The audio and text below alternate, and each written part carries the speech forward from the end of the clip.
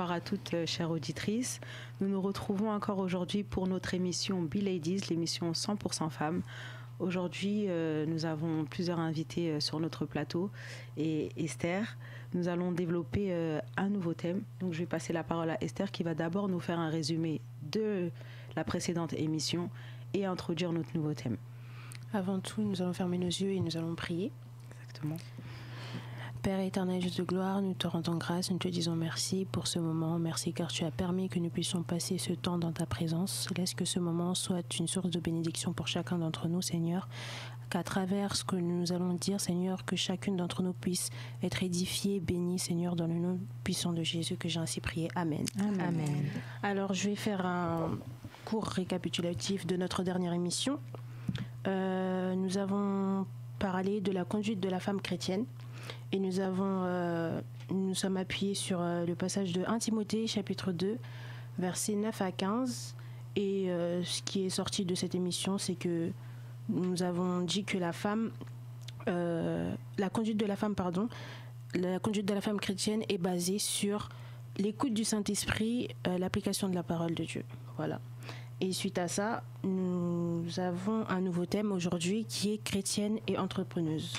Pour commencer, je vais donner une courte définition du mot entreprendre selon Internet. Donc, c'est se mettre à faire quelque chose. Suite à ça, nous allons prendre nos Bibles dans le livre de Colossiens, chapitre 3, versets 23 à 24. Et ensuite, nous lirons le deuxième passage. Du coup, juste avant la lecture des passages bibliques, on reçoit deux charmantes jeunes femmes parmi nous. On aimerait bien que vous vous présentiez, chacune à votre tour.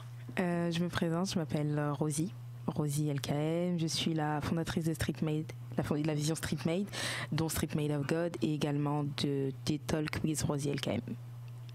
C'est une émission C'est des sondages. C'est une sorte d'émission sur Instagram, on va dire. D'accord.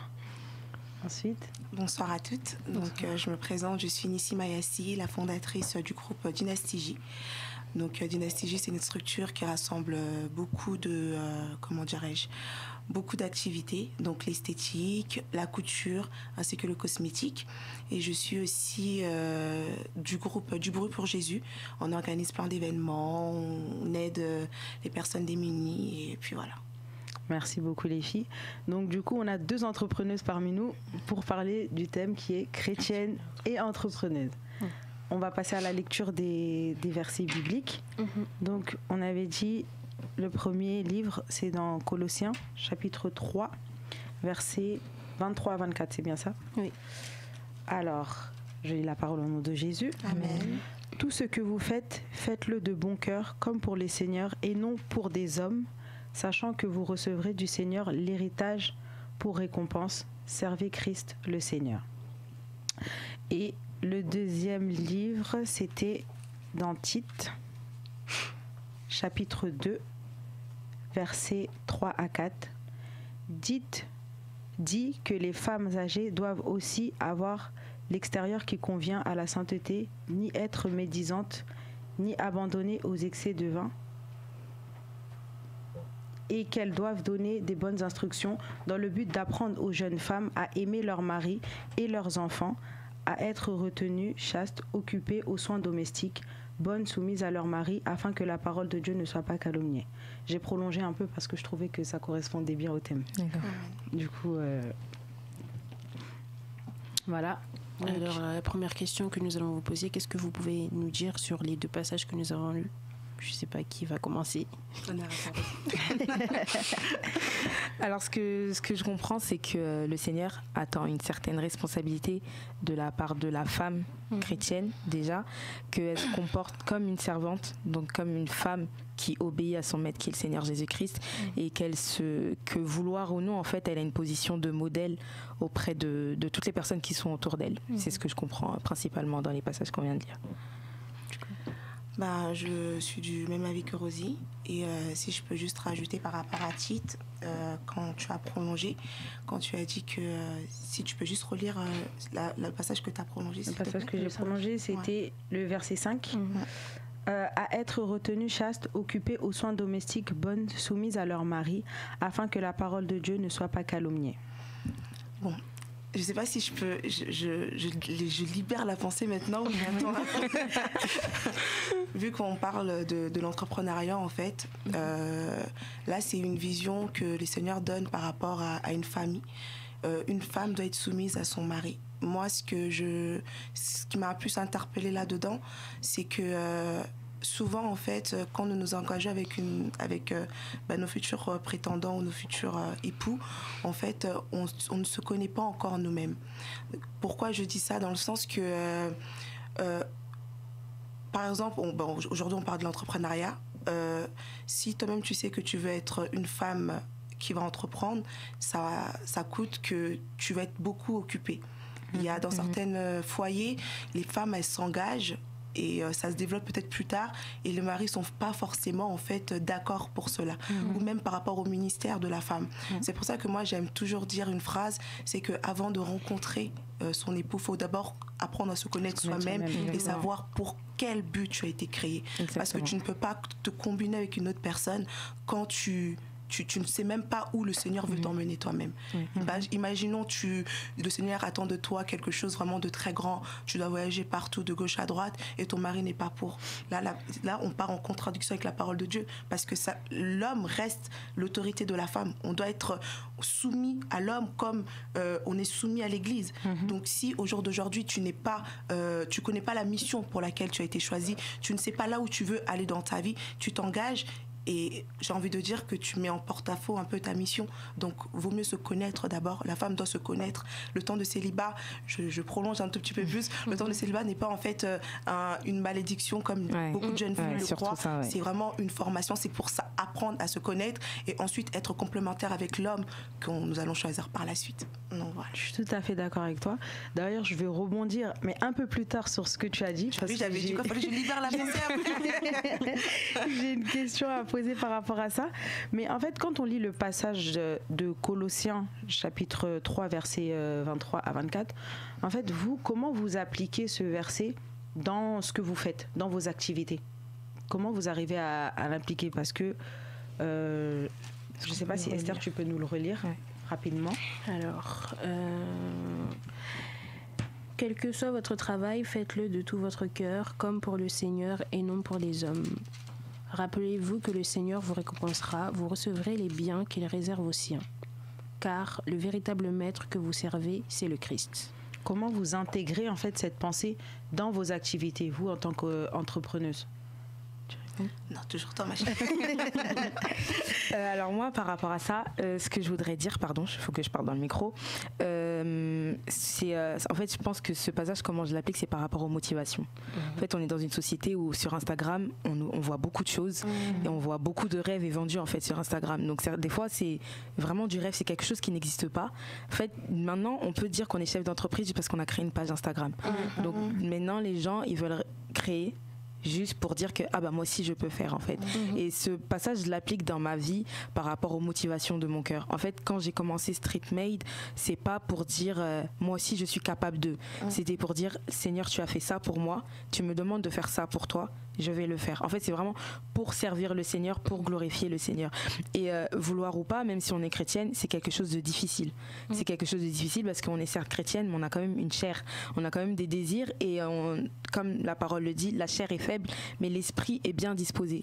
Donc c'est là qu'on voit qu'il y a une marche à suivre constamment avec le Saint-Esprit pour renoncer à notre chair, parce que notre chair, dans ces situations-là, elle veut créer pour montrer en fait que moi aussi je peux faire, moi aussi je peux passer devant les hommes, moi aussi je suis capable de.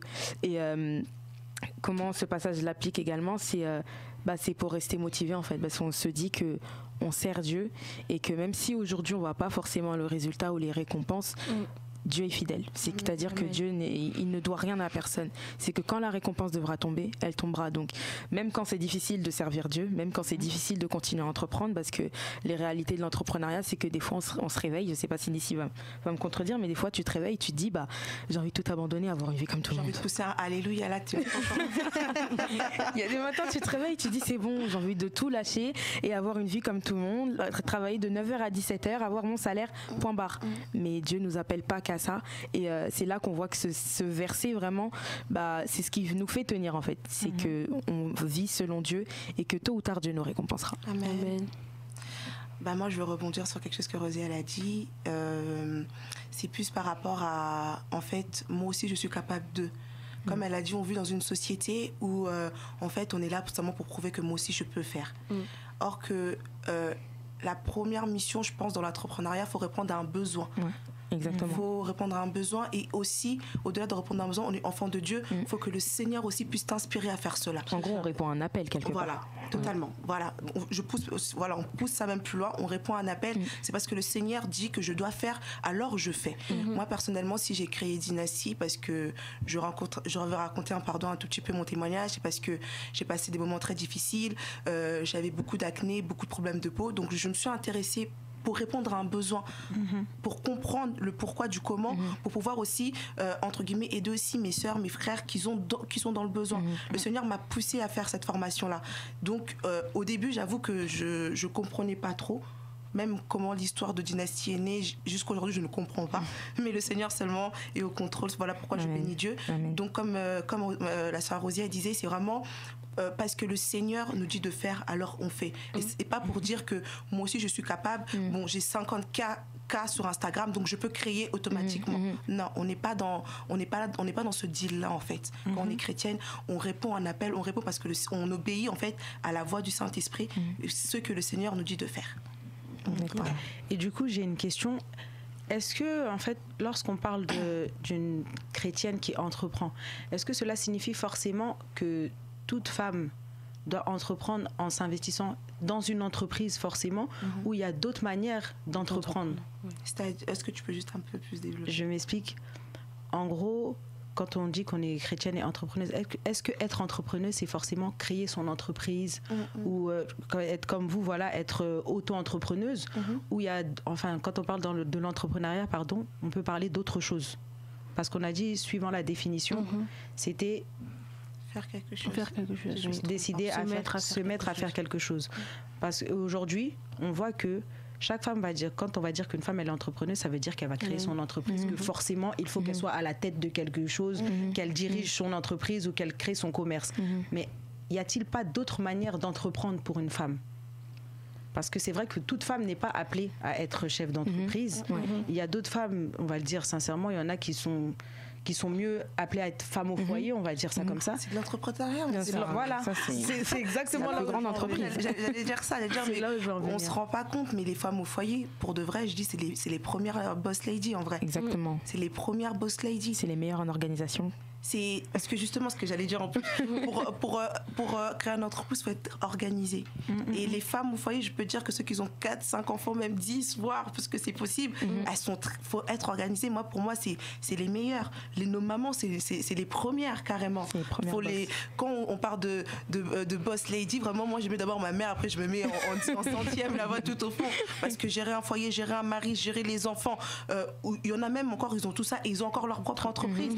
Donc c'est extraordinaire. Je ne sais même pas si on peut acclamer pour elle. Je sais pas. Je sais pas. Mais c'est pour moi, entreprendre quelque chose, c'est pas que ça. Même quand on s'engage dans un foyer, on entreprend quelque chose. C'est une société maritale. Je sais pas comment on va parler ça. Non, mais c'est un peu ça. Non, c'est vrai. Je pose la question. Pourquoi? Parce que aujourd'hui, on voit que de plus en plus, surtout dans notre génération, toutes les femmes veulent entreprendre, c'est-à-dire qu'elles veulent ouvrir un commerce. Pour elles, être une femme entrepreneuse indépendante, ça passe par là. Mais c'est pour ça qu'en fait, je vous ai posé la question pour savoir et pour aussi faire comprendre aux auditrices qu'il n'est pas forcément dit qu'une femme entrepreneuse, c'est celle qui ouvre son commerce et qui entreprend. Si je peux même finir, excuse-moi de te couper. Non, il n'y a pas de souci, t'inquiète. Il y a des femmes qui sont appelées à être seulement des soutiens. Tu vois ce que je veux dire?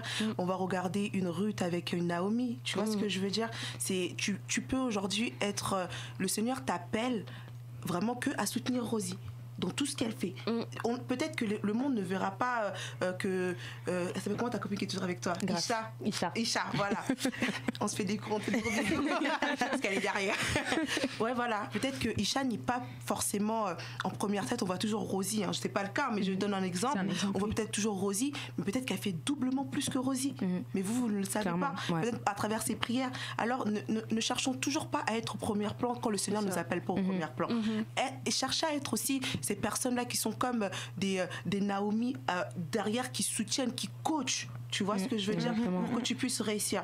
C'est pas forcément parce qu'on te voit, oh, Dynastie, c'est Nissi. Non, vous savez pas toutes les personnes qui se cachent derrière, toutes les prières. Si sans des prières, je ne suis rien. Mon entreprise ne tiendra pas. Donc, ne cherchons pas à toujours être aux premières loges. Et c'était pas le mot que j'ai cherché, mais bon, mais c'est pas quand même. Et moi, je voudrais rajouter, c'est qu'il n'y a pas que entreprendre, en fait, dans la vie. C'est-à-dire que, là, c'est notre génération qui fait que l'entrepreneuriat prend vraiment énormément de place dans la société, mais il n'y a pas que entreprendre. Il y a, comme la sœur Nissi l'a dit, il y a aussi soutenir. Soutenir, c'est un travail, mais qui est vraiment énorme. C'est vraiment énorme. Et je pense la femme ne devrait pas se complexer parce qu'elle n'a pas créé d'entreprise, parce qu'elle n'est pas titulaire de quelque chose, parce qu'elle ne tient pas une page Instagram avec 10 000 personnes qui la suivent. Demain, Instagram n'existera plus. Demain, ça sera un simple souvenir. Donc, ce serait vraiment dommage que notre destinée, que la mission que Dieu a prévue pour nous soit basée sur quelque chose d'aussi éphémère que le mouvement Instagram, en fait. Donc, s'il y a une femme qui m'entend, qui se dit que comme je ne suis pas chef d'entreprise, Dieu ne m'appelle à rien du tout, c'est pas ça du tout. Parce que même les femmes chefs d'entreprise, elles ont leurs problèmes aussi, et je pense pas que tu as hâte de les retrouver. Et là, on va parler plus de votre expérience personnelle à toutes les deux. Comment vous avez réussi en fait à combiner l'entrepreneuriat et votre foi? Tu veux commencer? Comment j'ai réussi à combiner l'entrepreneuriat avec ma foi? Moi, j'avais pas le choix.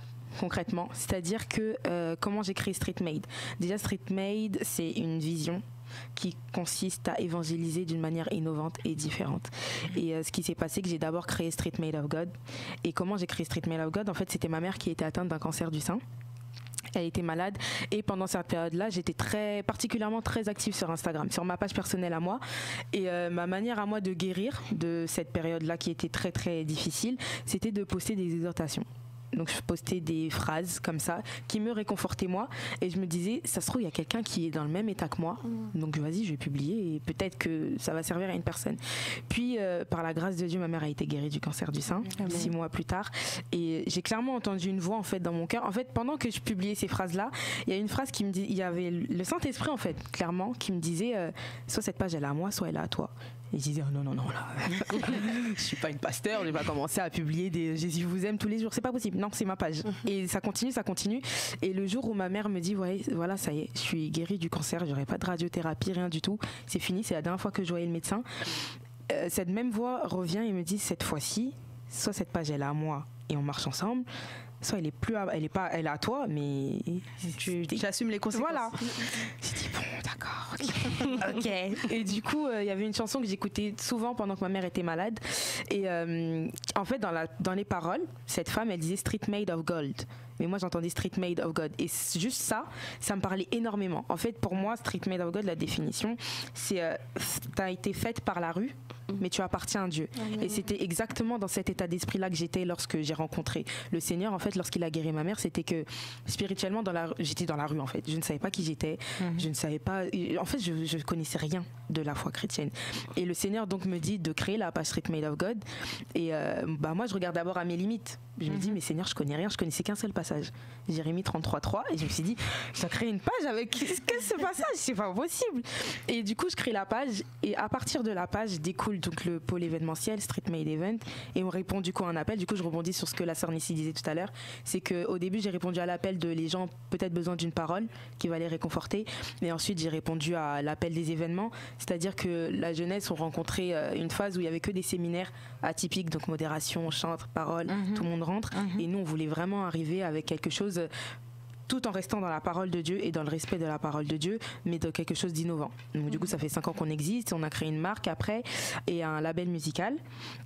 Et comment je fais pour combiner ma foi? C'est que comme c'est Dieu qui l'a créé, je peux rien faire sans lui. J'ai refusé de me détacher de lui parce que c'est lui qui m'inspire pour même les moindres détails de Street Made of God, même la couleur principale qui apparaît sur Street Made of God, c'est Dieu lui-même en fait.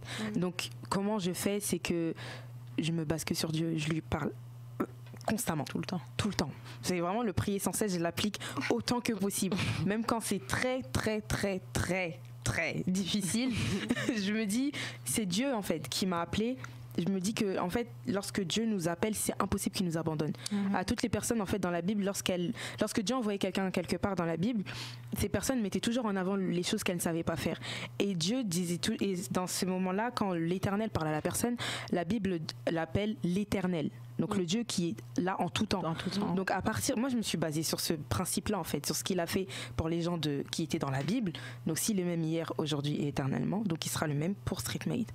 Donc si c'est lui qui m'a appelé, même si c'est difficile, même si la société dit que c'est plus, il m'a appelé, il va se débrouiller, on va y arriver. C'est comme ça que ça fonctionne pour moi en tout cas. À toi. Merci. Pas beaucoup de gens le savent, mais pourquoi dynastie J? Ça veut dire dynastie Jéhovah en fait. Le J, c'est le Jéhovah. Ça veut dire en fait royaume de Dieu, tout simplement. Donc comment je mélange tout ça? Pareil que Rosie, vraiment l'inspiration, les choses, comment ils ont été faites, en fait, c'était vraiment Dieu. Quand j'ai créé Dynastie, en fait, je devais reprendre l'école, je devais reprendre en master. Et je me suis dit, vas-y, je vais tester un peu pendant les vacances, voir si ça va prendre. Parce que quand j'ai commencé chez moi. J'ai commencé dans une chambre. Je me suis dit, je vais voir seulement pendant les vacances comment ça va prendre. Et j'ai vu que ça cartonnait. Donc j'ai continué 1 an, 2 ans, 3 ans, 4 ans, jusqu'à aujourd'hui que ça existe. Et je me rappelle qu'un jour, je parlais avec mon pasteur et j'étais en train de lui expliquer comment j'avais fait pour démarrer la chose. Il m'avait dit une phrase, il m'a dit, mais là, t'es en train de m'enseigner. Je dis, comment ça, je suis en train de t'enseigner? Il m'a dit, en fait, le Seigneur parle tellement par des choses, entre guillemets, bêtes qu'on ne se comprend pas. Il t'a seulement soufflé une idée dans le cœur et toi, tu l'as saisi parce que le Seigneur nous parle tout le temps, la parole nous dit. En fait, il faut seulement être sensible pour pouvoir entendre si c'est la voix de Dieu ou pas. J'ai senti que je devais le faire. Et je l'ai fait, et en fait, c'était Dieu qui me parlait. Il m'a dit, par une simple idée, par une simple conviction, tu as bâti ta vie.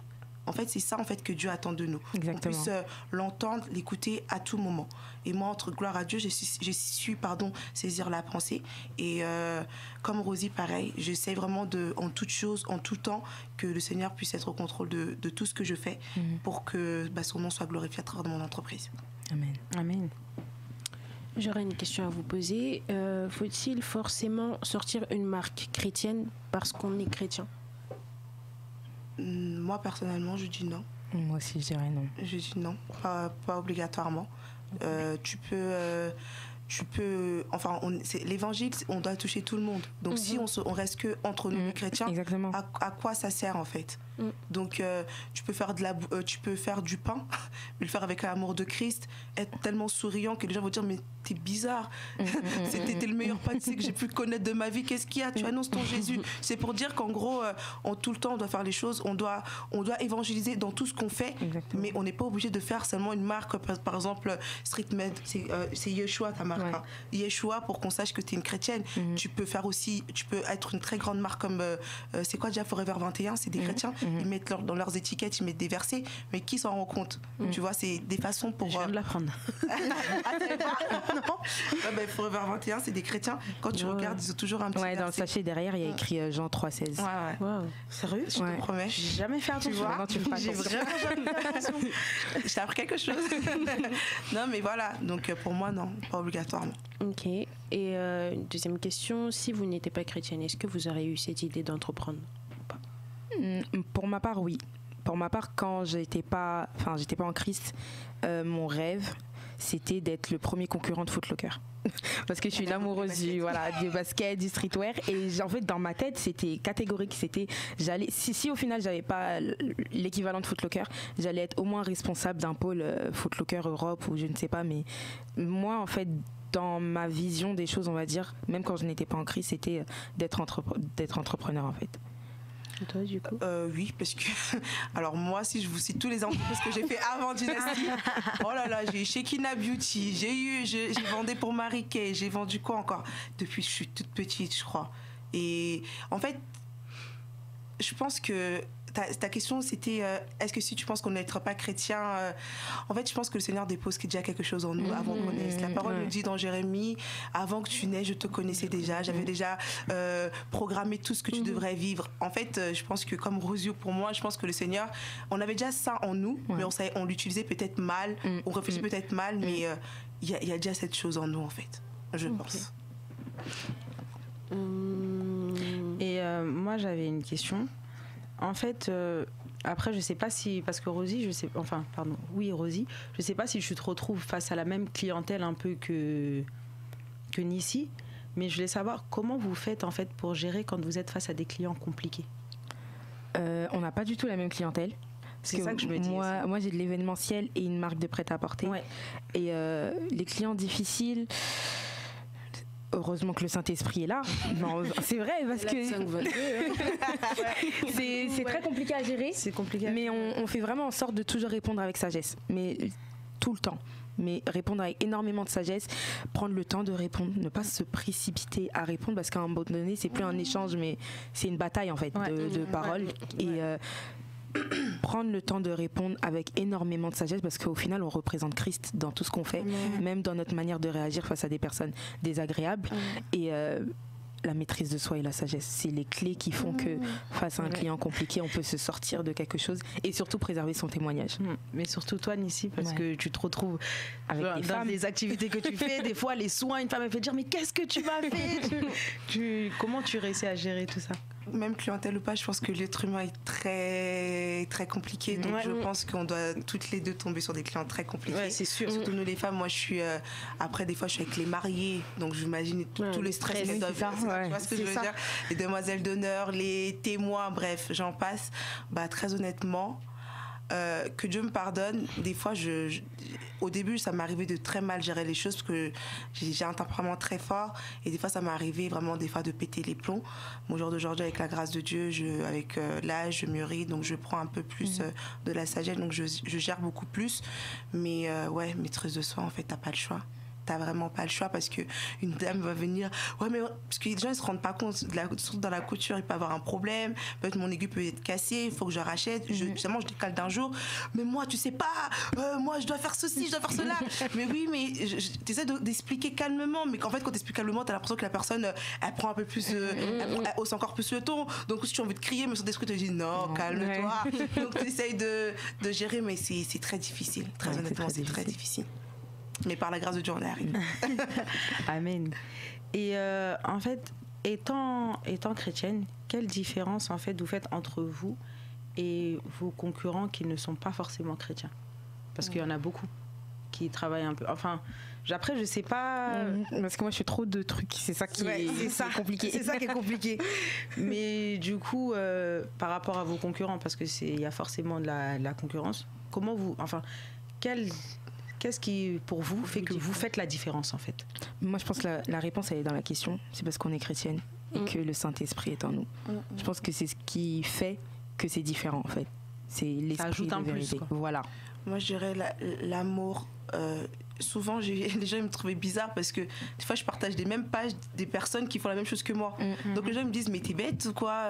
Ils font la même chose que toi, tu vas prendre ta clientèle. Non, en fait, moi, je suis vraiment plus dans le partage. J'aime partager. Pour moi, c'est ça, en fait. Le chrétien doit être amour.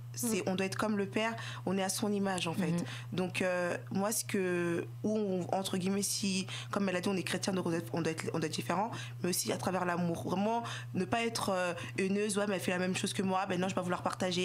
Il y a trop de monde sur cette terre. Même si Dieu m'envoie tous les clients, je pourrais pas les gérer. C'est clair. Vous voyez ce que je veux dire? Donc, vaut mieux même essayer de partager. Si tu peux donner de la force aux uns et aux autres, je pense que c'est la meilleure différence qu'on peut faire.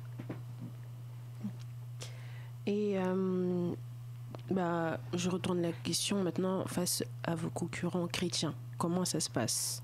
Parce que, par exemple, pour toi, il y a plusieurs personnes qui ont des marques de vêtements et il y a plusieurs personnes qui organisent aussi des événements, par exemple toi. Comment ça se passe en fait? Étonnamment, ça se passe super bien. Mais vraiment, enfin, ça se passe très bien en fait. Je sais pas comment expliquer, mais ça se passe bien. Enfin, j'ai même pas enfin, ça reste des concurrents, oui, mais ça reste mes frères et sœurs. Et non, ça se passe très bien. Par exemple, quand on a commencé la page Street Made of God, la marque Godson venait de commencer et on publiait tout ce qu'ils faisaient, etc. On les invitait à nos événements. Ils tenaient également des stands. J'ai même organisé un événement avec la sœur Nissi. C'est vraiment, en fait, je pense que la différence, c'est qu'on marche vraiment dans une optique où on veut faire avancer le royaume ensemble. ensemble. On n'est pas dans une optique où chacun veut faire avancer de son côté le royaume, non, parce que c'est pour le corps du Christ qu'on le fait. Donc la main ne marche pas sans le cerveau, enfin on est tous liés. Donc on marche vraiment dans une optique où on veut gagner des nations, faisons-le ensemble et bien. En tout cas, il n'y a pas de conflit ni de compétition, mais ça se passe très bien en tout cas de mon côté. Je pense que pour toi c'est la même chose. La même chose. Et par rapport à ça, est-ce que vous avez déjà eu des contraintes liées à votre identité dans certains cas? J'ai pas compris la question. Du fait que tu es chrétienne, est-ce que tu as déjà été confrontée à des oppositions, on te mettait des barrages clairs? Parce que j'étais chrétienne? Exactement, dans ton entrepreneuriat, quoi. Pour ma part, non. J'en ai pas rencontré. Moi, c'est vraiment pas des barrières, mais moi, en fait, je suis catégorique. Les dimanches, je travaille pas. Et je sais que souvent, quand il y a des réunions d'événements en fait, qu'on fait, c'est souvent les dimanches. Et moi, mon église, c'est dimanche après-midi. Donc souvent, les gens ils disent « Ouais, mais toi, quand il y a un événement, on va inviter Dynastie. Ouais, mais Dynastie, dimanche, souvent, elle n'est pas là. » Franchement, tu peux m'inviter, franchement, c'est pas grave. Mais je manquerai jamais un culte, un dimanche et un vœu que je fais à Dieu pour aller me retrouver à une réunion. Il y a, de lundi jusqu'à samedi, je suis présente, il n'y a pas de souci. Mais le dimanche, c'est réservé à Dieu. Ça, c'est clair. Et comment en fait vous ferez pour vous, comment vous faites pour vous imposer? Là, la question elle est ouverte, mais Mister, tu peux y répondre. En tant que femme qui entreprend, comment faire pour s'imposer face à des hommes tout en respectant la parole de Dieu?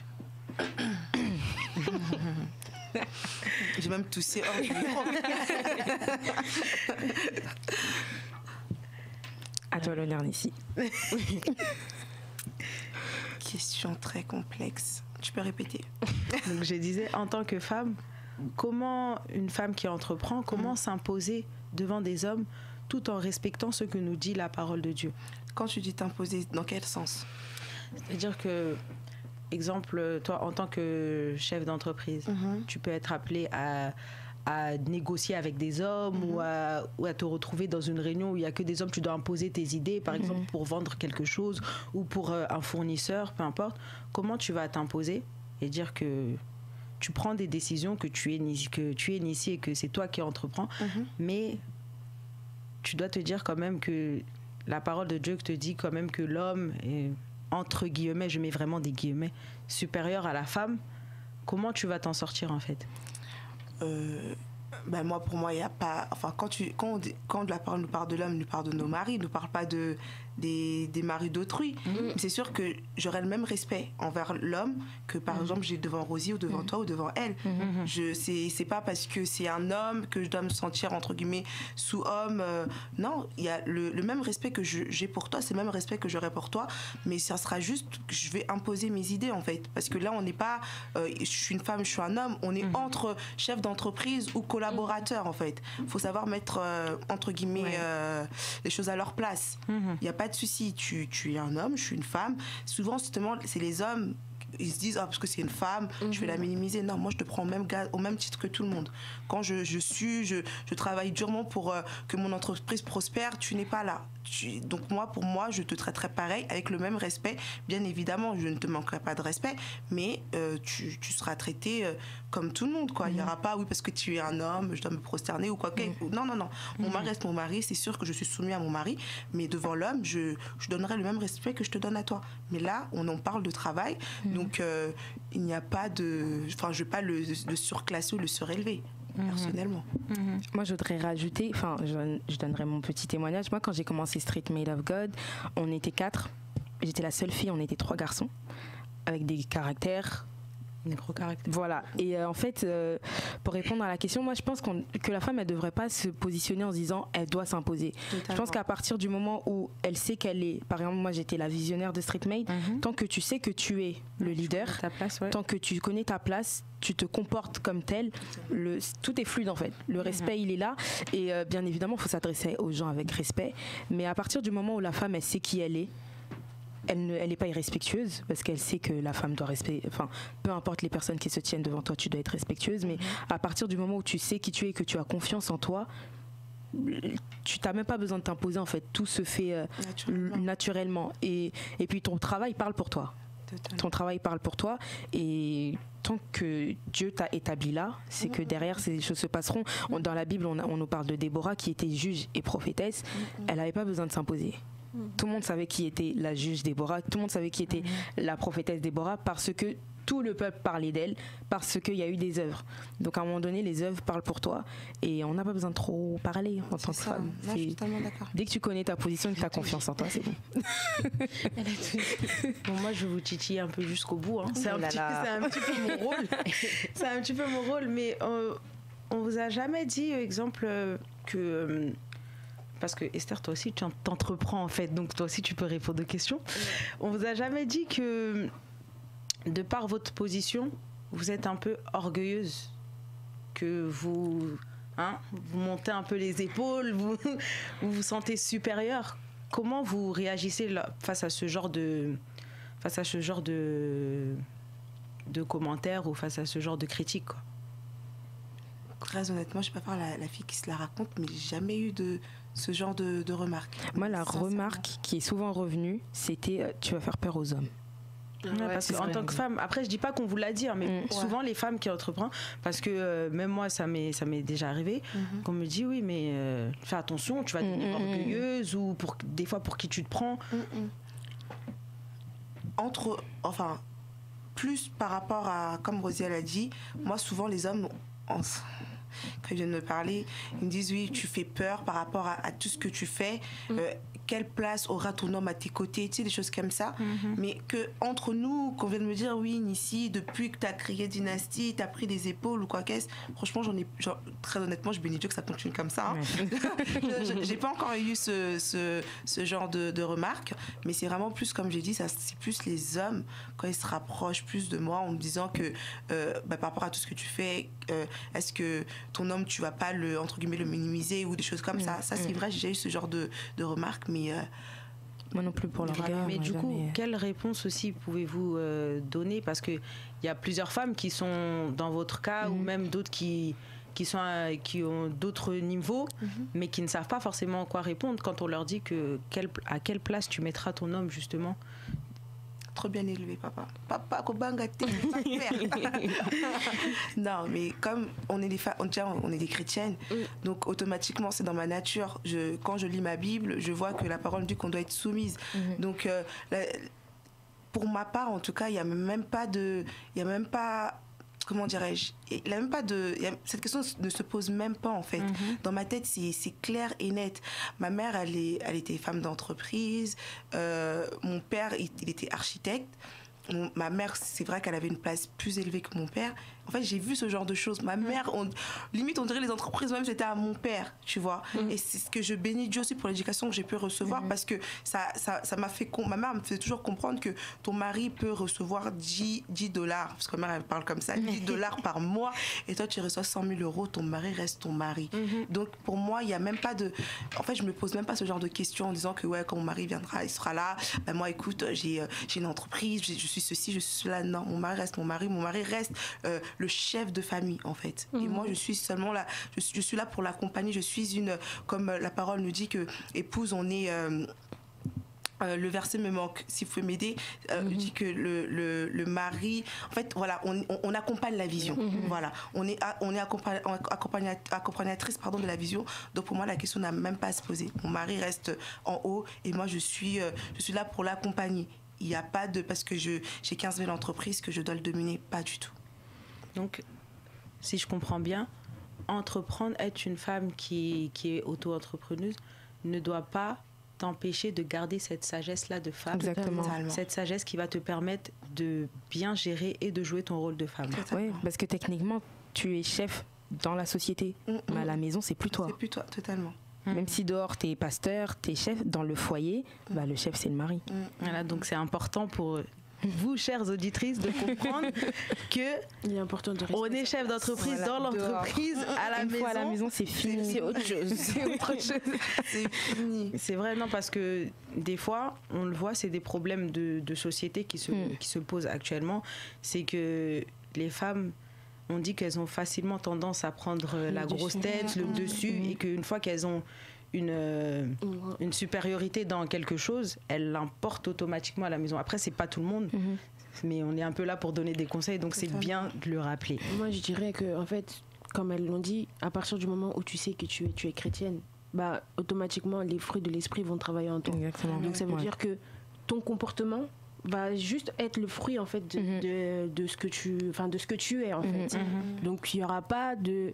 Je dirige à la maison comme je dirige au travail. Ça ne sera pas la même chose. Je pense que c'est juste ça, en fait. Il faut juste savoir qui tu es réellement. Et à partir du moment où tu sais qui tu es, que je suis un enfant de Dieu, que je suis chrétienne et que je ne peux pas me comporter comme ça, il n'y aura pas de problème à ce niveau. Après, moi, je pense aussi que, comme tu avais dit ici, que, exemple, face à des hommes, tu répondras avec respect et tout. Je pense que aussi, notre comportement à la maison, si on regarde bien dans l'entreprise, ça sera le même, mais d'une autre manière. Donc, dans notre manière de s'adresser, exemple, aux personnes qui travaillent avec nous, ou en pleine négociation, ça sera un peu la même chose, juste d'une autre manière. C'est sûr que tu vas pas mal parler. Oui, tu vas pas mal parler. Après, il y aura des moments où tu vas taper du poing sur la table, parce que voilà. Mais ça sera, si tu gères avec sagesse, en fait, ça s'accompagne, en fait. Moi, je dirais, si tu arrives à gérer à la maison, tu arriveras à gérer au travail. Exactement. Puisque comme on l'a dit tout à l'heure, les mamans sont des premières entrepreneuses. Donc si tu arrives à la maison, tu vas arriver au travail. Donc, voilà.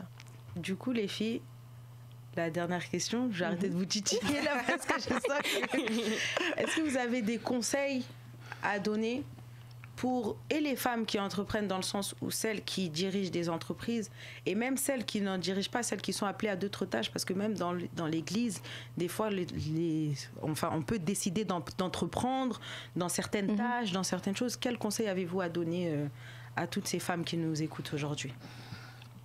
À toi l'honneur. Premièrement, j'aimerais m'adresser à celles qui doutent encore. Celles qui a une conviction, qui a une idée, qui la passionne, lance-toi. Le plus difficile, je dirais, c'est pas le plus difficile de se lancer dans l'entrepreneuriat, c'est pas le plus difficile. Le plus difficile, c'est de tenir bon. Donc, si tu as une idée, lance-toi. Si tu tombes, relève-toi et ça ira. Et pour celles qui entreprennent déjà, c'est de rester très attentive à ce que le Saint-Esprit peut nous dire et non au mouvement de société, en fait. Parce que nous sommes dans ce monde, mais nous ne sommes pas de ce monde. Amen. Et vraiment qu'une femme puisse être réellement attentive à l'Esprit de Dieu, qu'elle n'ait pas peur d'aller à contre-courant. Là où les hommes vont à gauche, si l'Esprit de Dieu lui dit d'aller à droite, qu'elle aille à droite. Dieu sera toujours avec elle et qu'elle ne doute pas. Douter, ça fait perdre du temps. Là, je parle vraiment en connaissance de cause. Qu'elle ne doute pas. Tant que Dieu l'a établi pour cette chose-là, Dieu sera toujours avec elle. Et si Dieu donne la vision, il donne la provision. Amen. C'est-à-dire que si là, aujourd'hui, il te manque de l'argent, ne regarde pas ce qui te manque, mais regarde à ce que tu as, ce que tu sais faire. Amen. Et faut pas avoir peur de demander de l'aide et surtout d'avoir un leader, d'avoir un mentor qui nous aide. Pour ma part, j'ai l'église dans laquelle je suis, l'église messianique La Parole Vivante, où je suis également prédicatrice, qui m'aide énormément pour tous les projets StreetMade. Donc on se dise pas également que l'église c'est que pour venir prier et rentrer. L'église est une très grande aide. L'église, c'est d'ailleurs l'église qui m'a appris à m'exprimer comme ça. J'étais quelqu'un de très très très timide, mais c'est par l'église que j'ai appris à m'exprimer devant les gens. C'est par l'église que j'ai appris à entreprendre. Donc que on se ferme pas les portes, qu'on se dise pas personne ne voudra m'aider. C'est pas du tout le cas. Donc si tu as une église où prier, n'hésite surtout pas à te retourner vers le pasteur ou la femme du pasteur si tu es plus à l'aise avec, pour demander des conseils, mais surtout de garder en tête et à l'esprit que Dieu n'abandonne jamais ses enfants, Dieu n'abandonne jamais ses serviteurs, et là où Dieu nous envoie, c'est qu'il nous a déjà donné la victoire. Amen. Rosie, elle a plus parlé du côté spirituel, moi je vais parler plus du côté charnel. C'est bien beau d'avoir la vision, c'est bien beau de reconnaître la voix du Seigneur quand il te dit va faire quelque chose, mais faut pas faire n'importe quoi aussi. Donc faut s'informer, se former. C'est très important. Parce que c'est bien beau d'entendre la voix de Dieu, se dire que le Seigneur m'a dit de faire ceci, de faire cela. Mais si tu as zéro compétence, tu fais comment pour ouvrir une entreprise ? Il ne faut pas oublier qu'on est quand même dans un pays où tout marche avec des formations, tout marche avec la connaissance, des diplômes. Donc c'est très important aussi de se former. Ne soyez pas seulement des personnes qui prient trop beaucoup, spirituelles, voilà. Merci, qui prient beaucoup mais qui s'informent pas, qui s'informent peu. Voilà, faut avoir un équilibre. Voilà, ne pas abandonner abandonner l'école sous prétexte que aussi. Voilà. C'est très important. C'est vraiment très important. Moi, vraiment, l'équilibre, c'est très important. C'est quelque chose que, je vous dis la vérité, qu'aujourd'hui, je me bats. Parce que maintenir un équilibre, c'est très compliqué. C'est vraiment très, très compliqué. Faut trouver vraiment la bonne place où Dieu fait les choses, où toi aussi tu fais les choses. Parce que Dieu ne fera pas tout pour toi. C'est ça, il y a la part de Dieu. Il y a la part. Exactement. Voilà, c'est ça. C'est vraiment là où je voulais en venir. Donc, prier, mais travailler aussi. Travailler, mais prier aussi. Essayer vraiment de bien combiner les deux pour pouvoir réussir. Donc, voilà. Esther, je ne sais pas si tu as des conseils à La donner. dernière chose que je pourrais dire seulement, soyons équilibrés et sachant faire la part des choses. Voilà. Et les filles, du coup, des projets à venir, vous pouvez en parler, c'est l'occasion, c'est le moment. Vas-y. Alors pour Street Made, on lance la nouvelle collection cet hiver. On a des nouveaux produits qui arrivent, les événements pour l'année 2020, on en dira plus sur la page Street Made of God. Et pour moi, Rosie LKM sur Instagram, les talks, et plus de contenu un peu plus divertissant, tout en enseignant et en édifiant sur ma page. Moi, le Seigneur a fait grâce. Là, je suis en plein travaux. J'ouvre du coup mon institut, et le local pour la couture, tout ça, pour mes ventes de produits. Ça sera au Aubervilliers. Normalement, je fais l'inauguration le 7 décembre. Vous êtes invités, bien sûr. Yes. Sachant qu'on est partenaire. J'avais oublié en plus. Ouais, donc voilà. Après, pour du bruit pour Jésus, nous aussi, on lance justement la collection hiver, les pulls. Mais j'espère que vous nous inviterez pour qu'on puisse dire plusieurs choses. Il n'y a pas de souci. Donc voilà. Après, j'ai ma page perso aussi, là où je raconte beaucoup d'histoires pour édifier Nissi M. Et mes pages Instagram professionnelles, Dynastie J Création. Donc voilà. Voilà, donc n'hésitez pas, chère auditrice, à y faire un tour. De toute façon, on partagera également sur nos réseaux. Donc, chaque fois que vous avez des événements, ici en plus on est partenaire, tu nous envoies, on diffuse. Rosie, pareil, il n'y a pas de problème. D'accord. Et voilà, on arrive à la fin de notre émission. Juste avant de faire les remerciements, je vais demander à l'une d'entre vous de faire la prière de clôture. J'ai beaucoup parlé, Rosie. D'accord. Éternel Dieu de gloire, mon âme te bénit, mon âme te loue, toi qui es l'alpha et l'oméga. Seigneur, je te rends gloire, Seigneur, je te rends toute la grâce, Père, pour ta présence en ce lieu. Seigneur, merci, Père éternel, car tu as jugé bon de nous utiliser pour ta gloire, pour pouvoir parler à une femme aujourd'hui. Seigneur, que ton nom puisse être glorifié dans la vie de chacune des femmes qui nous écoutent ce soir. Seigneur, que là où une femme doutait, qu'elle puisse trouver une assurance en toi. Père éternel, toi qui es l'éternel qui a accompagné Moïse, Seigneur, jusqu'à la terre promise, Seigneur. Père éternel, que tu puisses te manifester ainsi dans la vie de chacune des femmes qui suivra cette émission. Seigneur, nous croyons, Père éternel, que tu ne déposes rien en vain dans le cœur d'une femme. Car la femme, Seigneur, mon Dieu, mon roi, c'est celle qui donne naissance, Père éternel. Voilà pourquoi je crois, Seigneur, que tout ce que tu as mis dans le cœur d'une femme qui écoute cette émission rendra le jour, Seigneur. Verra le jour, éternel Dieu de gloire. Et tout cela pour ta gloire, et non pour la gloire des hommes, mais pour ta gloire, Père éternel, afin que les nations, Seigneur, mon Dieu, mon roi, puissent confesser que Jésus-Christ est Seigneur. Éternel Dieu de gloire, laisse-toi trouver dans la vie de chacune des femmes, éternel Dieu de gloire. Laisse-toi trouver dans cette émission, Seigneur, qui puisse aller de gloire en gloire, que ta main puissante, Seigneur, mon Dieu, mon roi, puisse être sur eux, que tes anges, Seigneur, mon Dieu, mon roi, puissent siéger en ce lieu. Éternel, nous te rendons toute la gloire et tout l'honneur. Sois élevé, sois glorifié, éternel Dieu de gloire. En ton saint nom, Jésus-Christ, nous avons ainsi prié et nous disons tous Amen. Amen. Du coup, merci au Saint-Esprit de nous avoir assistés. Merci à vous tous qui allez nous écouter.